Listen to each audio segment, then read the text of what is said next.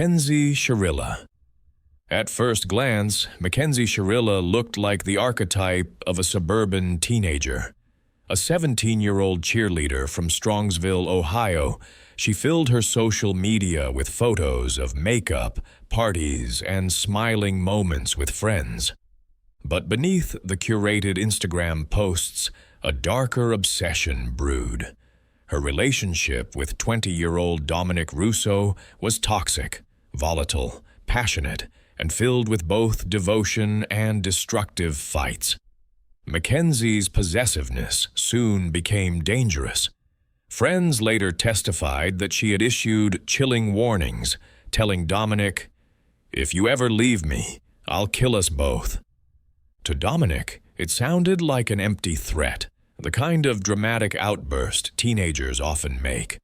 But it wasn't. On July 31st, 2022, just before dawn, Mackenzie's words became reality.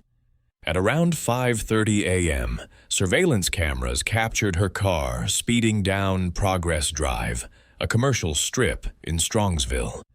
Inside the vehicle, Dominic sat in the passenger seat, while another friend, Davian Flanagan, only 19 years old, was in the back. The car accelerated to 100 miles per hour, never slowing, never braking. The data recorder later revealed the gas pedal had been pressed to the floor without pause. The vehicle slammed head-on into a warehouse wall. The impact was catastrophic. Dominic and Davian were killed instantly. Mackenzie survived, though found unconscious at the scene. When she awoke, she claimed to remember nothing, but investigators didn't need her memory. The car's onboard computer exposed the truth. There was no attempt to stop, no skid marks, no evasive maneuver.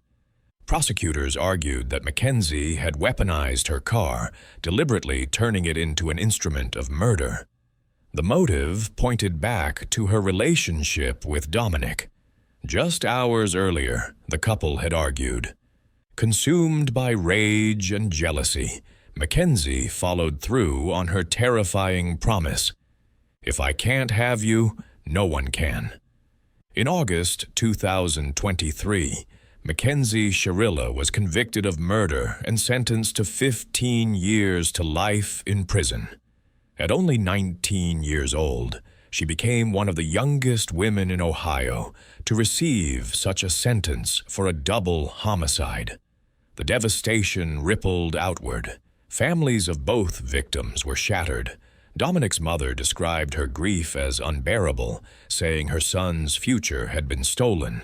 Davian's relatives echoed the same heartbreak, their son, just beginning his adult life, taken in an instant. Mackenzie, once a seemingly carefree teenager, is now marked for life by prison bars and the label of murderer. Her case drew national attention, sparking conversations about toxic teenage relationships, obsession, and the dangers of unchecked rage. What begins as young love, innocent and impulsive, can mutate into something controlling, suffocating, and ultimately lethal. Her story is now a permanent reminder of how a single moment of fury, fueled by obsession, can destroy multiple lives. The same car that once carried laughter and late-night drives became a coffin for two young men, and a lifelong sentence for the girl behind the wheel, Brittany J. Dwyer. In August 2016, the city of Adelaide, Australia, was stunned by the betrayal of a granddaughter against the man who loved and raised her. Brittany J. Dwyer, just 19 years old, with tattoos, piercings, and a rebellious streak, harbored a secret plan.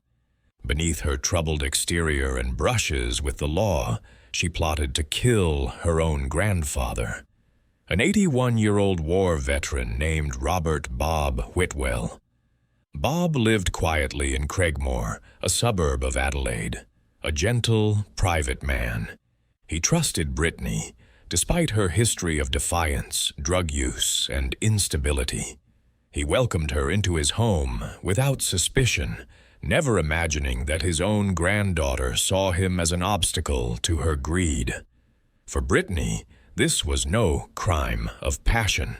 It was calculated. She had discovered that Bob kept over $230,000 in cash inside a safe at his house. But this wasn't about survival or desperation. Brittany craved luxury, drugs, shopping sprees, and a flashy new car. And to fund it, she was willing to end the life of the man who had once cradled her as a child. She wasn't alone. Her accomplice, Bernadette Burns, became her partner in crime. Together, they exchanged texts and voice recordings, mapping out the details. One of Brittany's messages was chillingly direct. "I'm going to do it. I need the money." Weeks before the killing, Brittany and Bernadette drove nearly 20 hours from Queensland to Adelaide, knives packed and plans in motion. But when they arrived, Bob welcomed them warmly, offering tea and proudly showing Brittany family photographs.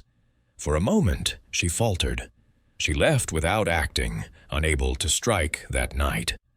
But the plan was not abandoned. On August 5th, 2016, Brittany returned alone. She smiled, chatted, and pretended to simply be visiting. Then, when Bob turned his back, she followed him into the hallway. With a large knife, she stabbed him 7 times in the neck and chest. As he lay bleeding, his final words were heart-wrenching. "I can't believe you did this." Brittany tried to open the safe, but failed. Frustrated, she wiped down the knife, changed her clothes, and fled. To her accomplice, she sent the cold message, "It's done." He didn't deserve it. Days later, Bob's body was discovered by another family member. The crime scene raised alarms. No forced entry, no theft. Investigators quickly turned to those closest to him. It didn't take long to unravel Brittany's role. Phone records, text messages, and CCTV footage traced the plot in chilling detail. Even their conversations about how to behave at Bob's funeral came to light, exposing their cold premeditation. Confronted by police, Brittany eventually confessed, "I didn't want to do it, but I needed the money." Her words shocked the nation. The image of a granddaughter betraying and murdering her grandfather over cash became one of Australia's most infamous family crimes.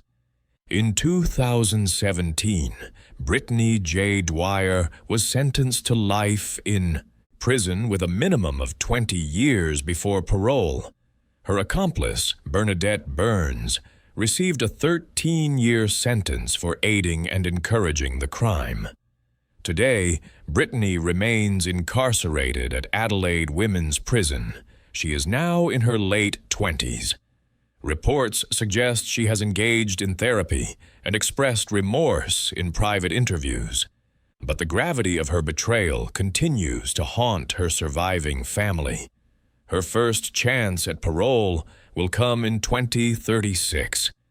The murder of Bob Whitwell stands out not only for its brutality, but for its betrayal. It was not a crime born of desperation, but of greed, plotted over months and carried out with chilling determination. Bob had opened his door, his home, and his heart to Brittany. In return, she ended his life with a knife, and could not even access the fortune she killed for. The case forces a painful reflection. How does love, trust, and family loyalty collapse so completely that blood becomes expendable for money? Ruth Ann Veal. At just 14 years old, Ruth Ann Veal was already adrift, a runaway in Waterloo, Iowa, with no stable home, little education, and a past filled with juvenile placements. She had no job, no real safety net, and no path forward. Her world was one of constant survival, and by the summer of 1993, that world would collide with tragedy. On a June evening, Ruth Ann entered the home of Catherine Hayes, a 66-year-old woman. Armed with a kitchen knife, she attacked savagely, stabbing Hayes more than 23 times. The brutality shocked the community and raised immediate questions about how such a young girl could commit such a violent act. Ruth Ann's childhood had been nothing short of chaotic. She was raised in a household poisoned by alcoholism and abuse. From her earliest years, she bounced from relative to relative, later landing in foster care and group homes. By her teenage years, she had become known to teachers and caseworkers as a traumatized, shut-down child who responded to pain and stress with defiance, escape, and impulsive outbursts. Her repeated runaway attempts and petty offenses painted the picture of a girl who had no sense of belonging, no support, and no anchor. Experts who later examined her described her as deeply scarred by unresolved trauma, emotionally reactive, and trapped in a survival-driven mindset that made her volatile and unpredictable. On that June night in 1993, that volatility boiled over. Veal, fresh out of juvenile custody, wandered into Catherine Hayes' home. The evidence showed no planning, no theft, just a frenzied explosion of rage and confusion. Hayes was discovered dead, her body marked by multiple stab wounds, each one pointing not to calculated murder, but to emotional collapse. Veal was quickly arrested. She was transferred to adult court, charged with first-degree murder, and indicted. Psychologists evaluated her mental state while detectives pieced together her movements. Her defense lawyers highlighted her youth, her history of abuse, and her fragile psychological condition. But prosecutors, focusing on the violence of the act and the mandatory sentencing structure, pressed forward. In May 1994, a jury convicted Ruth Ann Veal of first-degree murder. At the time, Iowa law demanded only one possible punishment: life in prison without parole. The judge's hands were tied. With the stroke of a gavel, Ruth Ann, just 15 years old by then, became one of only 2 girls in Iowa ever sentenced to die in prison. For nearly 20 years, she lived under that sentence. Locked away, the possibility of a future was stripped from her before she had even entered adulthood. But change was on the horizon. In 2010, attorneys from the Equal Justice Initiative challenged her sentence, arguing that condemning a 14-year-old to die in prison was cruel and disproportionate. While her conviction was upheld, momentum shifted nationwide. In 2012, the United States Supreme Court ruled in Miller v. Alabama that mandatory life without parole for juveniles was unconstitutional. Iowa responded in 2013 by resentencing Ruth Ann Veal to life with the possibility of parole. After 27 years behind bars, she was finally granted release in 2020 at age 42.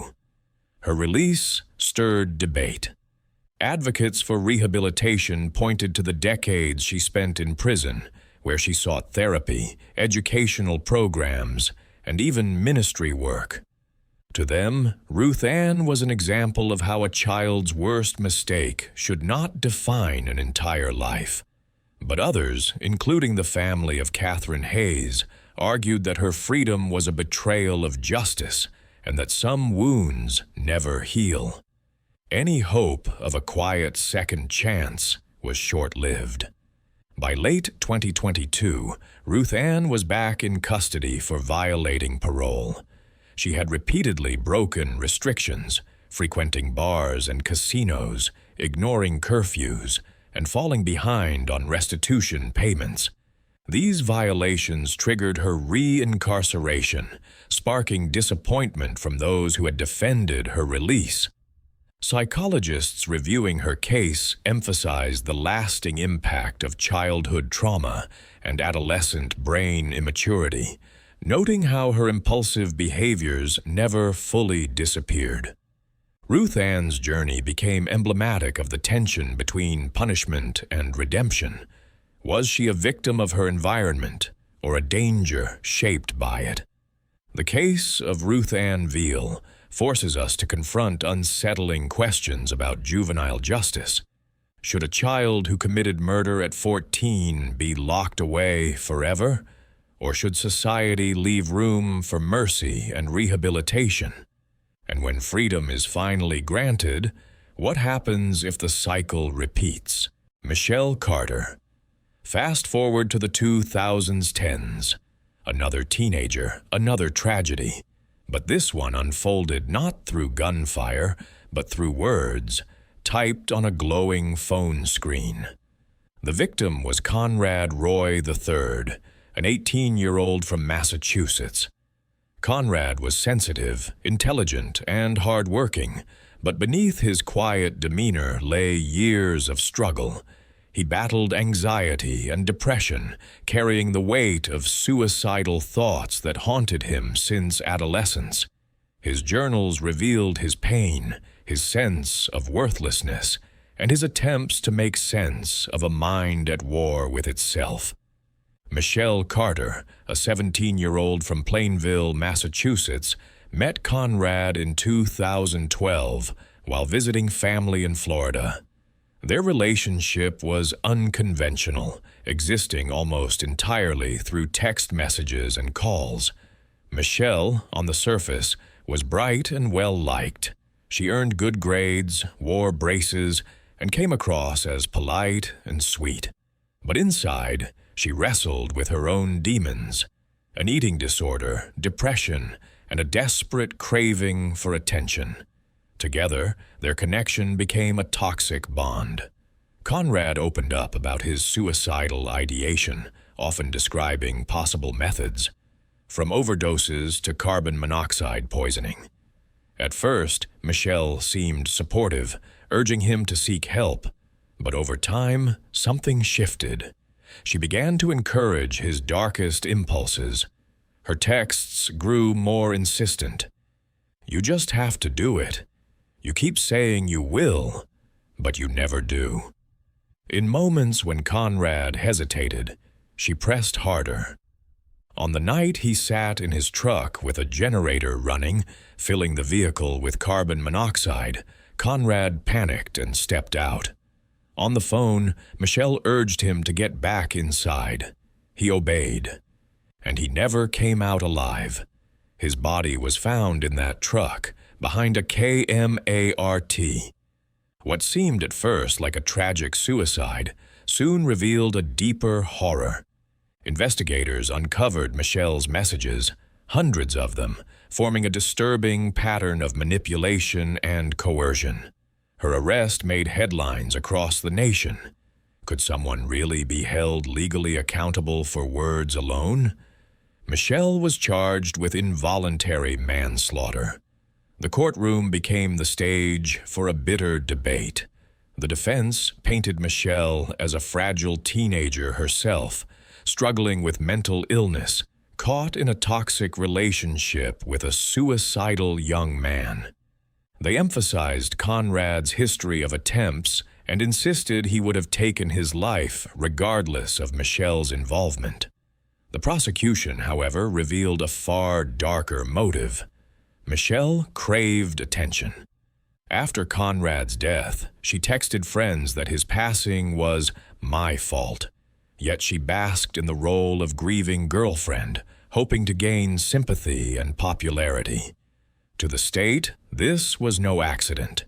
It was manipulation turned deadly. In June 2017, Michelle Carter was found guilty of involuntary manslaughter. The judge ruled that her instruction for Conrad to return to the truck directly caused his death.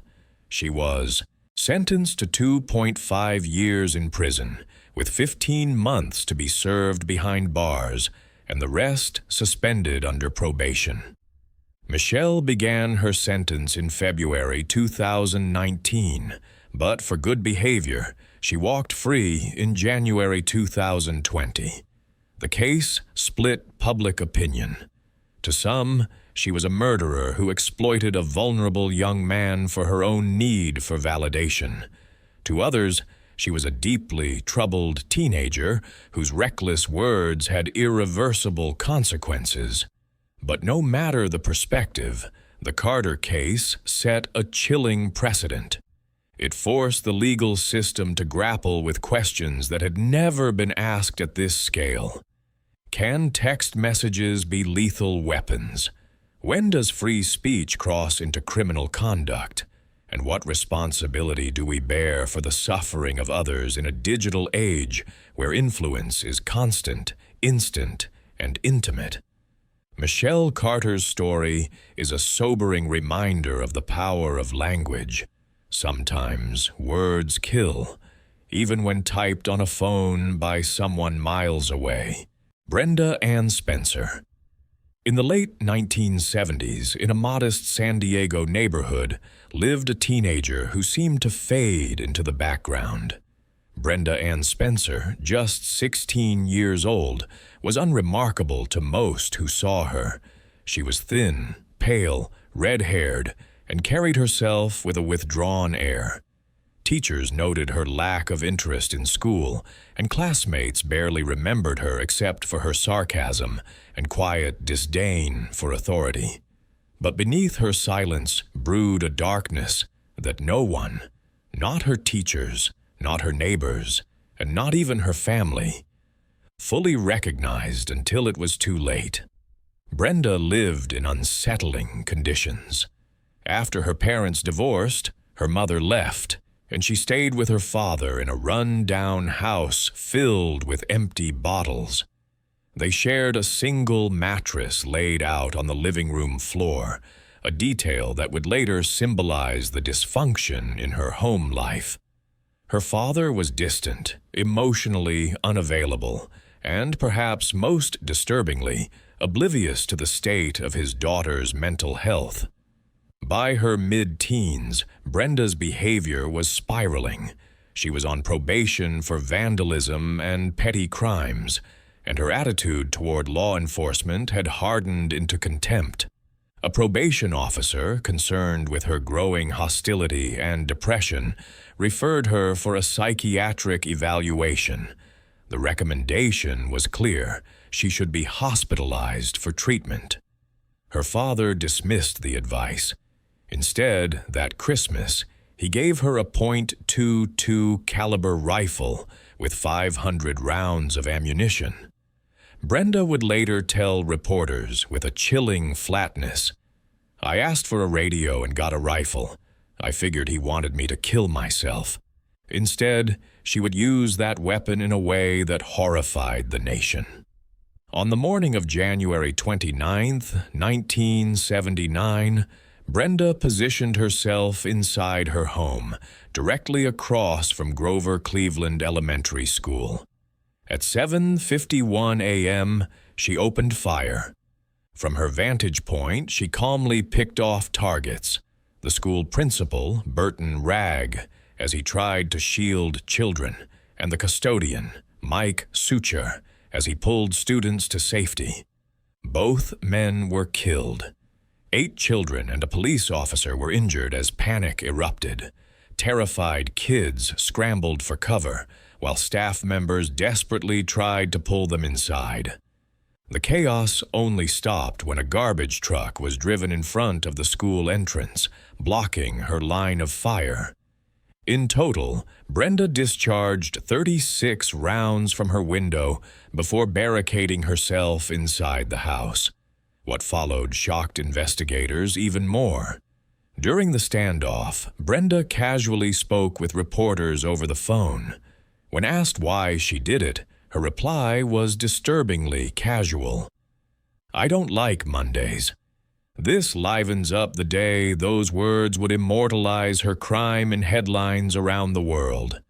Eventually, police negotiated her surrender, secured only after they promised her a Burger King meal. Taken into custody, she was charged as an adult. In court, Brenda pled guilty to 2 counts of murder and assault with a deadly weapon. On April 4th, 1981, the day after her 18th birthday, she was sentenced to 25 years to life. 9 counts of attempted murder were dropped. The press dubbed her America's first modern school shooter, a title that carried a chilling weight. Parents demanded she never see the outside of prison again. Survivors carried trauma that decades could not erase. At parole hearings in 1993, 2001, 2005, 2009, 2022, and most recently in February 2025, Brenda tried to explain herself. She claimed she hoped the police would kill her that day. She mentioned alcohol and drug use, though none was found in her system. At other times, she spoke of hallucinations, abuse from her father, or the lingering effects of a childhood head injury from a bicycle crash. Psychologists acknowledged her depression and alienation, but the parole board saw little remorse. Each time, she was denied. Her next chance at freedom will be 2028. To this day, Brenda Ann Spencer remains behind bars at the California Institution for Women in Chino. Her infamous phrase, "I don't like Mondays," has outlived her trial, her appeals, and her attempts at explanation. It serves as a grim reminder of the convergence of untreated mental illness, family neglect, and easy access to weapons. Her story forces us to confront a haunting question. How does a lonely, disaffected teenager transform into the spark of a national tragedy? Jennifer Mee. Jennifer Mee was simply an average teenager in St. Petersburg, Florida, until a bizarre medical condition consumed her existence. Persistent hiccups. "Oh my goodness, I experience severe chest pain, abdominal discomfort, throat soreness, back pain. It's unbelievable." What began as a minor irritation rapidly escalated into something far more perplexing. Jennifer commenced hiccuping more than 50 times per minute, continuously for weeks. Medical professionals were unable to determine the cause, and her unusual ailment quickly garnered national media coverage, appearing on NBC, Good Morning America, and The Today Show. She became recognized as the girl who couldn't cease hiccuping. Some physicians suspected it might be Tourette's syndrome, while others theorized stress or possibly a neurological system malfunction. Regardless of the explanation, Jennifer's case attracted substantial public fascination. However, behind the media spectacle, Jennifer's personal circumstances were deteriorating. Her family was fracturing, and her relationship with her mother became tense. As she entered her late adolescence, she fled home multiple times, drifted between various households, and began associating with an older demographic. By the time she reached 18, her hiccups vanished, but a more sinister aspect of her personality emerged. Her social media presence adopted a disturbing direction with cryptic posts, gang symbols, and photographs with individuals considerably older than her. Jennifer began dating Lamont Newton, a man over 10 years her senior, who was connected to minor criminal activity. Jennifer's conduct and identity transformed dramatically. The sweet, innocent girl once featured on morning television was no longer recognizable. Circumstances took a tragic direction one evening when Shannon Griffin, a 22-year-old Walmart employee, responded to a Craigslist advertisement. The posting was ambiguous, but promised sexual encounters, which prompted Griffin to drive to a nearby residence around 10:30 p.m. Unknown to him, he was entering a trap. Inside, Jennifer, Lamont, and their associate Laren Rayford were waiting.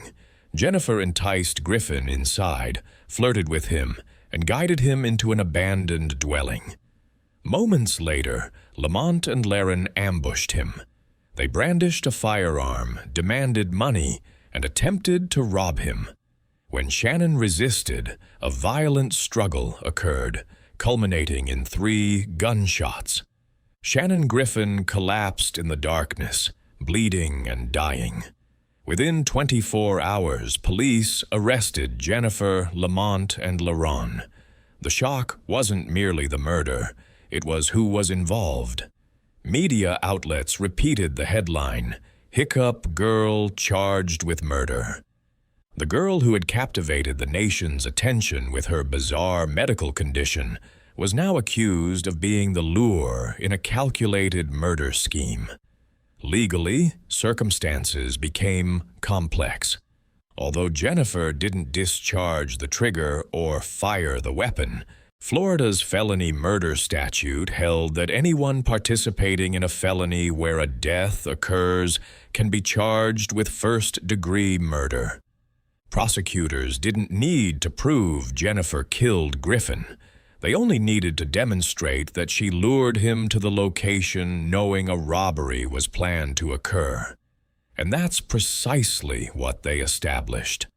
During her interrogation, Jennifer appeared bewildered, emotional, and occasionally detached.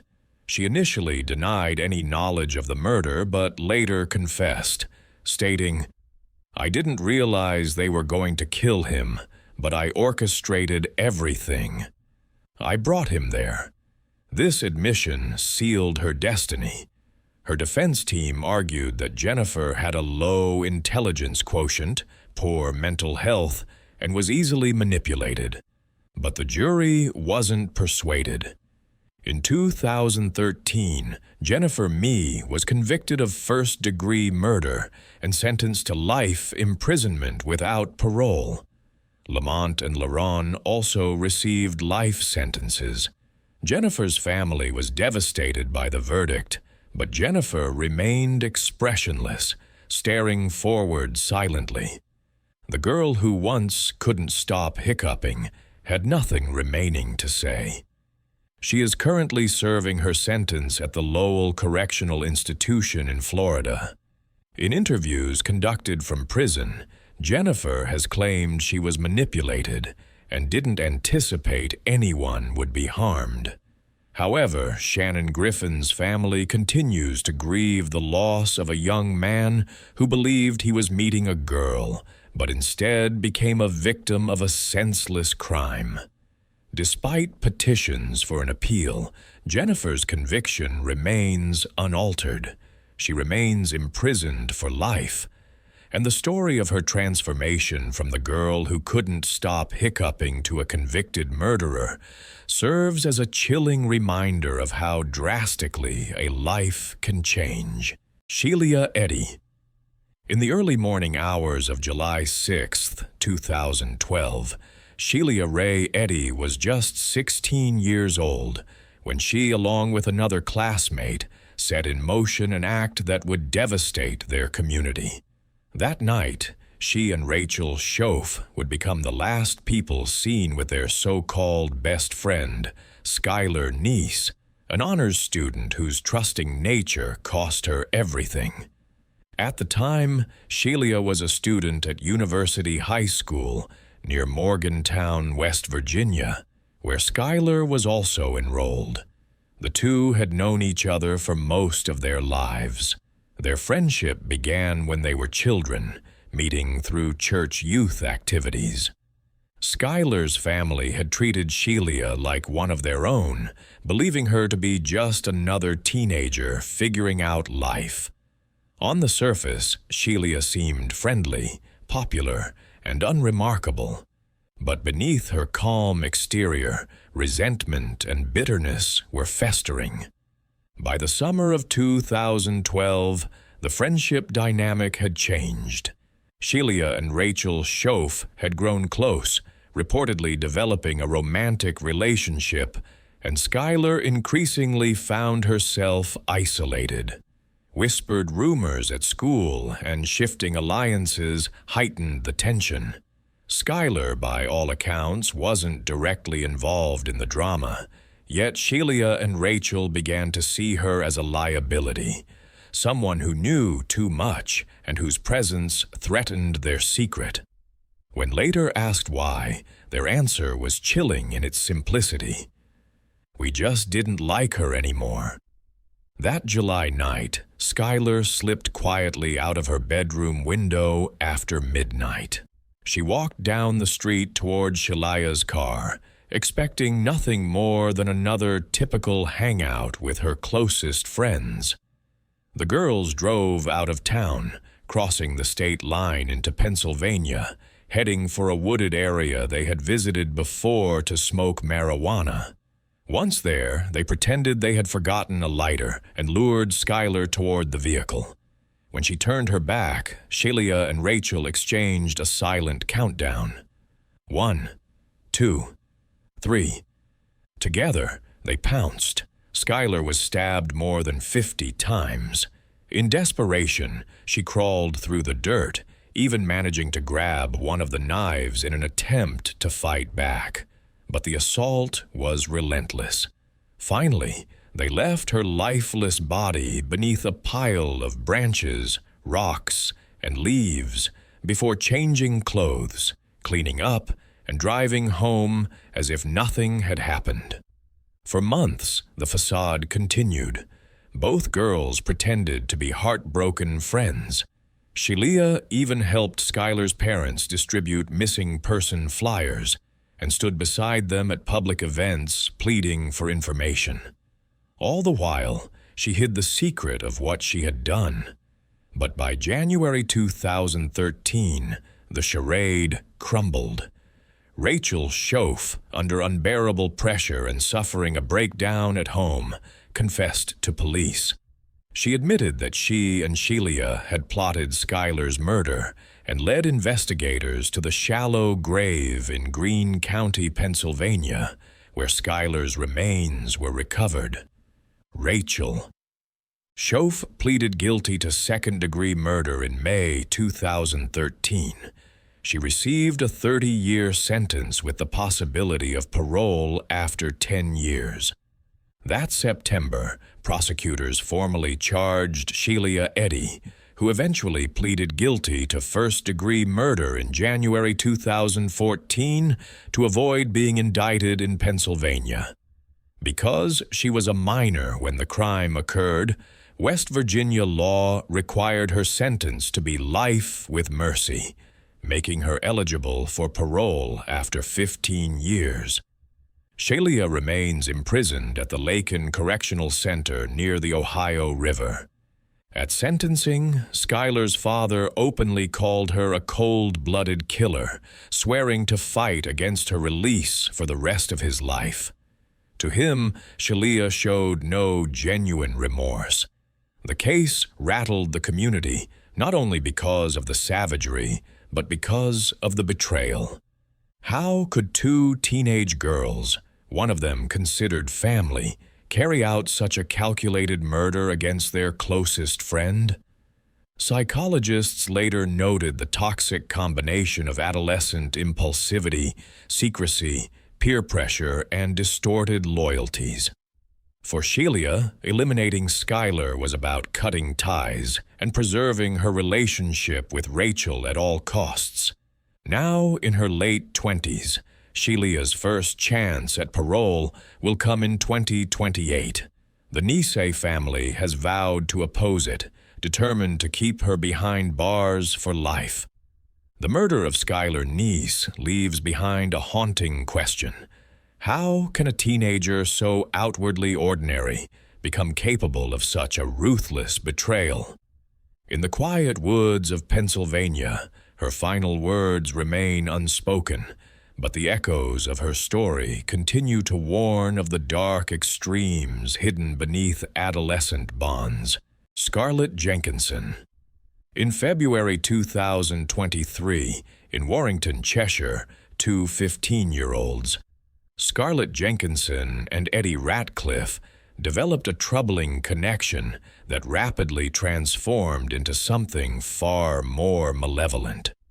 The pair initially met through their educational institution and connected over mutual macabre fascinations, drawing them into an unhealthy preoccupation with brutality and mortality.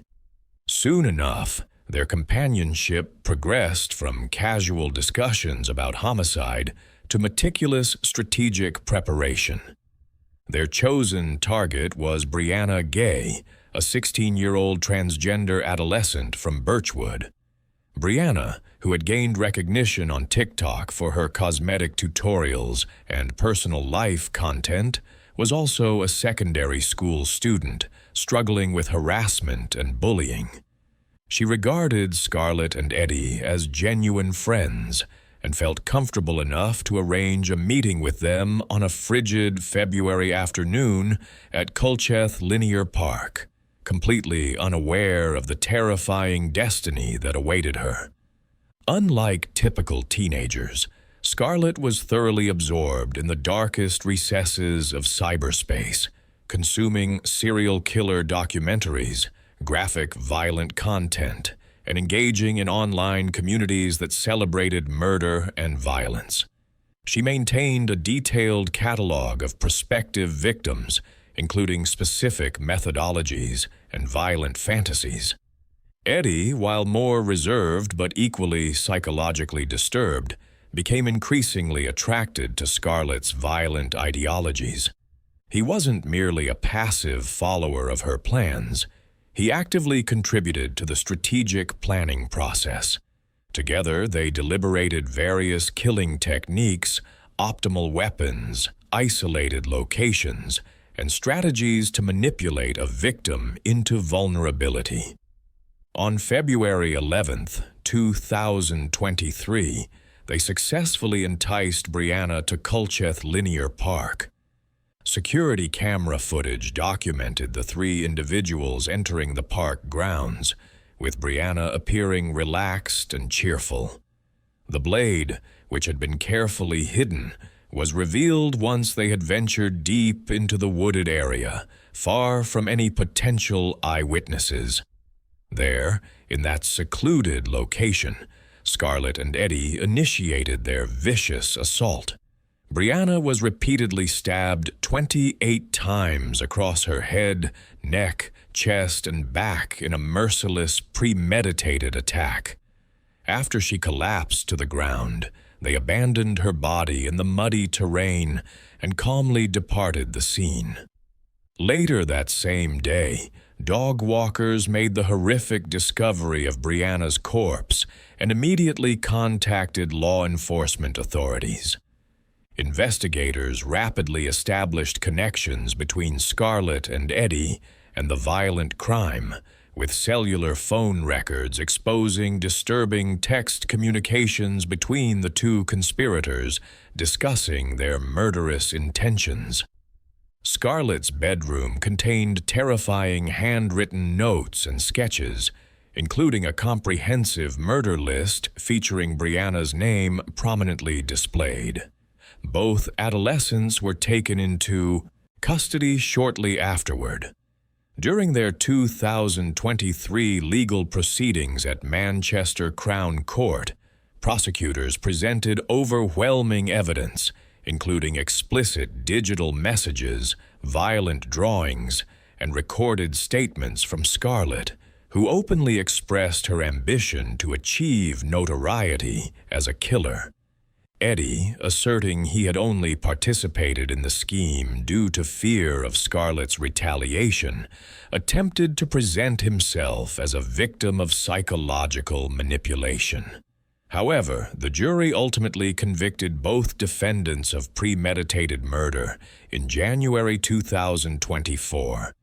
In February 2024, Judge Amanda Yip imposed life imprisonment sentences on both perpetrators. Scarlett received a minimum 22-year term before parole eligibility could be evaluated, while Eddie was assigned a 20-year minimum sentence. The presiding judge characterized their crime as deliberately planned, emotionally detached, and utterly senseless. Mental health professionals observed Scarlett's manipulative and intellectually sharp personality, combined with a disturbing fascination with serial killers, while Eddie, despite his more submissive nature, demonstrated clear capacity for violence when influenced by Scarlett's psychological control. By 2025, Scarlett, now 17 years old, remains confined in a secure juvenile detention facility under continuous psychiatric supervision, while Eddie serves his sentence in a separate correctional institution. Both individuals will spend the vast majority of their adult lives imprisoned before becoming eligible for potential release consideration. Erin Caffey. At just 16 years old, Erin Denise Caffey forever altered her family's life in one of the most shocking cases of teenage murder for hire in American history.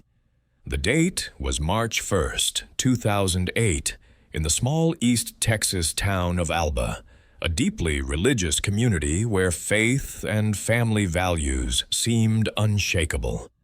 Erin worked part-time at a Sonic drive-in, attended church faithfully, and was homeschooled for much of her youth before finally enrolling in public school. Her father, Terry Caffey, was a devoted youth pastor, and the family regularly attended the Miracle Faith Baptist Church. Neighbors described Erin as quiet, polite, obedient, the kind of girl no one suspected of harboring darkness. But by early 2008, Erin's seemingly wholesome image began to crack. She had entered into an intense romance with Charlie Wilkinson, an 18-year-old who swept her into a whirlwind of teenage passion. The relationship escalated quickly.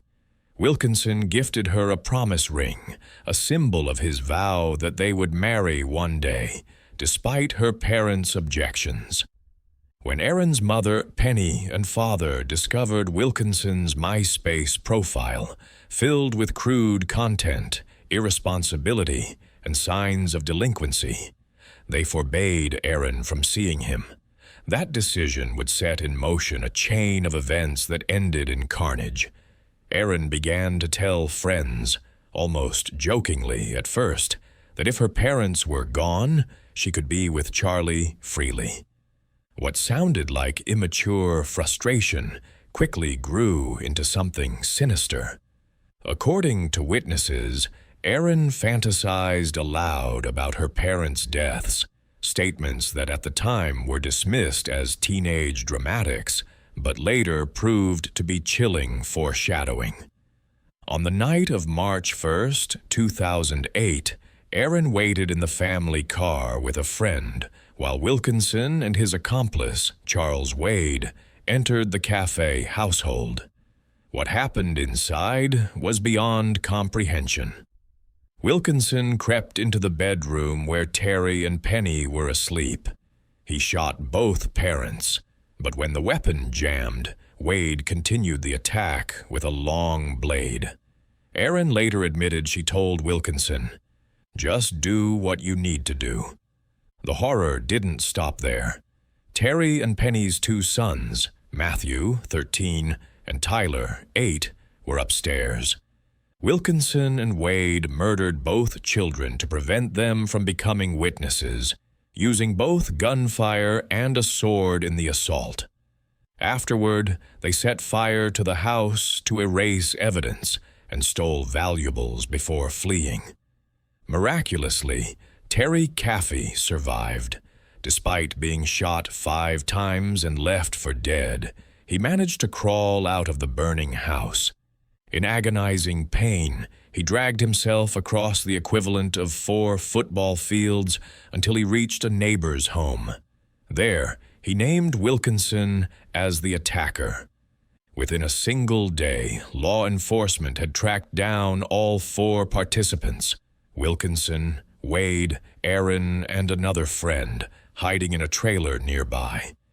Aaron initially tried to claim she had been kidnapped, but both young men pointed to her as the mastermind behind the massacre. Charged as an adult, Aaron faced 3 counts of capital murder. In early 2009, under a plea agreement, she pled guilty and received 2 life sentences plus 25 additional years.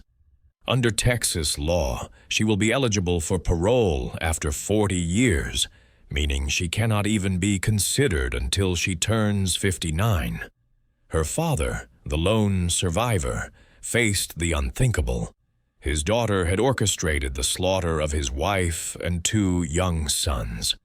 Yet Terry chose forgiveness. Gravely wounded, he later said his Christian faith compelled him to let go of hatred. He began visiting Aaron in prison monthly, trying to maintain some form of relationship. Though he initially supported the death penalty for Wilkinson and Wade, Terry ultimately withdrew that request, believing execution would not heal his loss. Today, Terry ministers across the United States, speaking in hundreds of schools and churches about the power of forgiveness, even after unimaginable tragedy.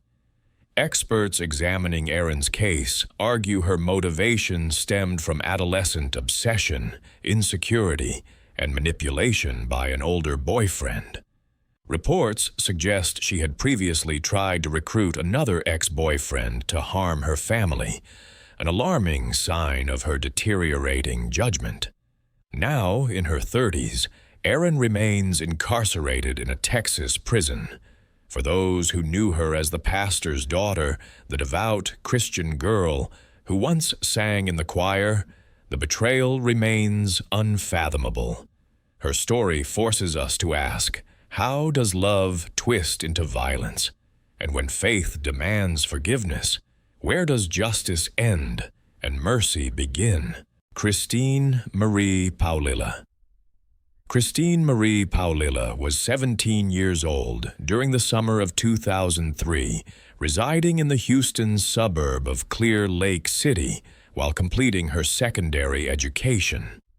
At that time, she possessed no apparent criminal history, and fellow students knew her by the nickname Miss Irresistible, a designation she received through peer voting that spring following a dramatic external transformation facilitated by 2 popular upperclassmen. Her father had perished in a workplace construction incident when she was merely 2 years old, and her mother subsequently battled substance addiction, creating custody complications and a severely fragmented upbringing. During kindergarten, she received a diagnosis of alopecia, causing the loss of her eyelashes, eyebrows, and scalp hair, necessitating wigs and thick eyeglasses. Fellow students tormented her relentlessly. By 2003, Christine, known for her previous struggles, had begun consuming prescription medications and illegal narcotics, and had initiated a romantic involvement with a 21-year-old individual named Christopher Lee Snyder. Multiple acquaintances and relatives later characterized that relationship as isolating, psychologically harmful, and defined by possessiveness. She experienced jealousy when he communicated with other females. He rejected her requests to terminate connections with her companions. Eventually, their combined substance abuse eclipsed her newfound social acceptance. On the afternoon of July 18, 2003, Paulila and Snyder traveled to an acquaintance's residence in Clear Lake City to obtain narcotics. Present inside were 2 of her high school companions, Tiffany Rowell and Rachel Colarutis, alongside Tiffany's boyfriend Marcus Priscilla and his relative Adelbert Sanchez. According to subsequent testimony, both Paulila and Snyder intended to steal drugs and currency, but the situation intensified during a dispute between Snyder and Priscilla. The confrontation rapidly became violent. Both males discharged firearms, and amid the turmoil, the four victims sustained gunshot wounds in rapid succession. Witnesses later testified about Koloroutis attempting to crawl toward a telephone before dying. Investigators stated that at least 2 weapons were utilized, likely a semi-automatic 9mm and a .38 caliber revolver. Paulila returned to the location and used the gun's handle to strike Koloroutis a second time, according to judicial records. She and Snyder escaped the residence, and within an hour, she reported to her employment at a retail establishment, hours before anyone discovered what had transpired. News of the 4 fatalities devastated the community. Law enforcement interviewed numerous students and distributed composite illustrations for months, but the investigation remained stagnant. An anonymous tip on July 8, 2006, more than 3 years following the murders, finally enabled investigators to focus on Paulila. The caller provided details that only one of the perpetrators could possess.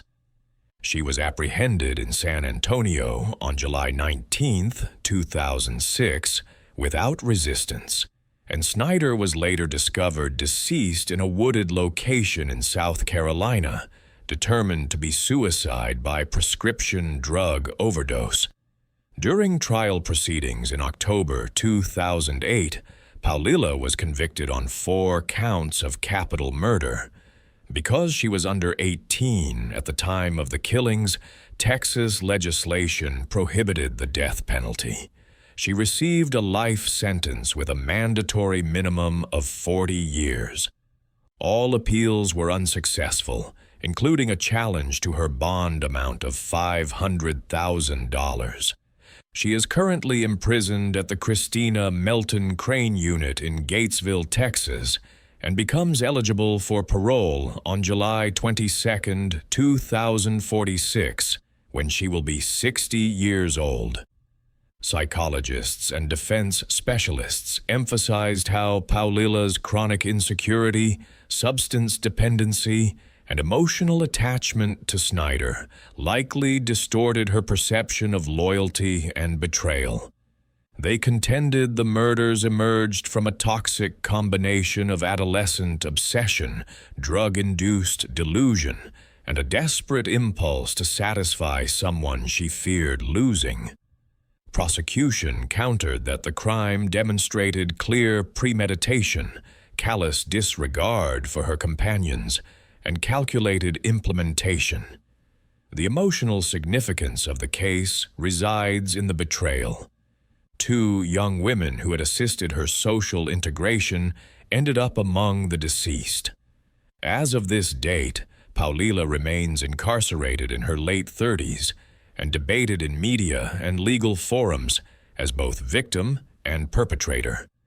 She commenced life as a timid outsider, yet concluded as the orchestrator of a tragedy that destroyed 4 futures. Ultimately, the question persists: how does a young woman transform into the architect of her closest friends' deaths? And what role did trauma, loyalty, and deadly jealousy play in her descent from grace? Sarah Cruzan. Sarah Cruzan was merely 16 when her existence underwent a devastating and permanent transformation. Born in Riverside, California, she grew up surrounded by instability, mistreatment, and an overwhelming absence of protection. Her formative years were shaped by abandonment, and by her early teens, she was desperately seeking affection and acceptance anywhere she could discover it. At 13, Sarah encountered George Howard, an individual who initially presented himself as a protective paternal presence. However, beneath this misleading image, he became a controlling influence, pressuring her into harmful circumstances and stealing away the youthful experiences she rightfully deserved. Howard's hold over Sarah was complete and unrelenting. Through psychological manipulation, intimidation, and emotional abuse, he convinced her to believe she was indebted to him for everything. Classmates and educators witnessed flashes of her capabilities, a bright young woman who demonstrated academic excellence. Yet nobody completely grasped the pain she was experiencing in private. Throughout the following years, Sarah's emotional scars grew deeper and more profound. The constant struggles left her feeling trapped, without hope, and frantically seeking an escape route. In March 1994, Sarah's desperation finally reached its climax. She orchestrated a meeting with Howard at a riverside hotel. This encounter, under typical circumstances, would have represented another instance of domination and fear. However, this occasion was fundamentally different. Armed with a firearm supplied by another adult, Sarah entered the hotel room and ended Howard's life. It was a solitary action that closed years of control and distress, yet it simultaneously initiated her passage through the legal system. Sarah escaped the location but was apprehended shortly thereafter. During interrogation, she confessed to the shooting and discussed candidly about the years of exploitation she had endured. Nevertheless, prosecutors characterized the incident as calculated homicide, concentrating on the deed itself rather than the underlying circumstances. In 1995, a jury found her guilty of first-degree homicide. The punishment was harsh: life incarceration without any possibility of release, plus an additional 4-year sentence. She was 16 years old, confronting the stark reality of remaining imprisoned for her entire natural life. Her narrative did not disappear silently into obscurity. Eventually, it captured nationwide awareness and ignited passionate discussions about adolescent sentencing practices and how the legal system handles trafficking victims. Activists, legal reform, advocates, and civil rights organizations mobilized behind her cause, contending that Sarah's punishment completely disregarded the context of her victimization and her youth. In 2011, California Governor Arnold Schwarzenegger reduced her sentence to life imprisonment with parole eligibility. 2 years following this decision, after completing 18 years behind bars, Sarah was granted freedom. In 2022, Governor Gavin Newsom issued her a complete pardon, recognizing both her successful rehabilitation and her tireless advocacy work supporting survivors of exploitation. Sarah Cruzan's narrative transcends a simple legal case file. It represents a sobering examination of how psychological trauma, survival instincts, and justice systems can catastrophically intersect. It compels us to question: when a victim retaliates against their oppressor, where should society establish the boundary between personal responsibility and compassionate understanding? Christina Fetters. In the shadows of America's heartland, 2 stories unfold that will challenge everything you believe about childhood innocence. Tonight, we explore cases so shocking they rewrote the laws of justice itself. What happens when children cross the ultimate line? When does society decide a young person is beyond redemption?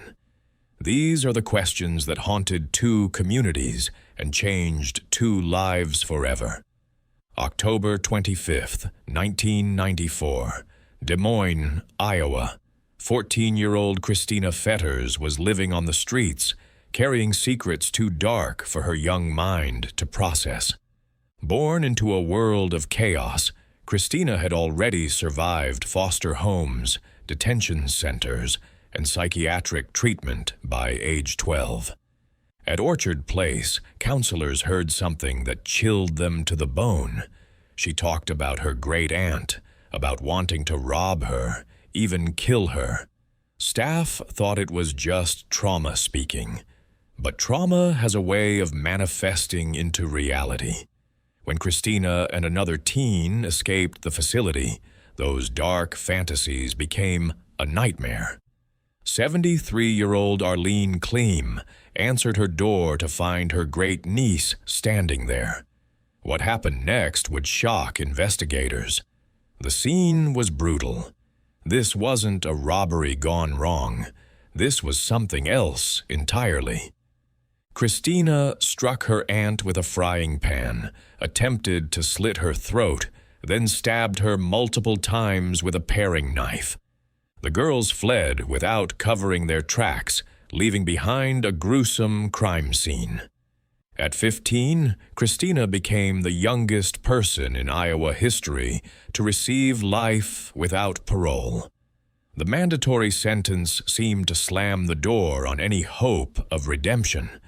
But in 2012, the Supreme Court ruled that children were different, that their brains, still developing, deserved a chance at rehabilitation. By then, Christina was dying. Terminal cancer had spread through her body. In December 2013, she became Iowa's first juvenile lifer to receive compassionate release. 7 months later, at just 34 years old, she was gone. The question remained: was she a monster who found mercy or a broken child who never had a chance? January 2016, Blacksburg, Virginia.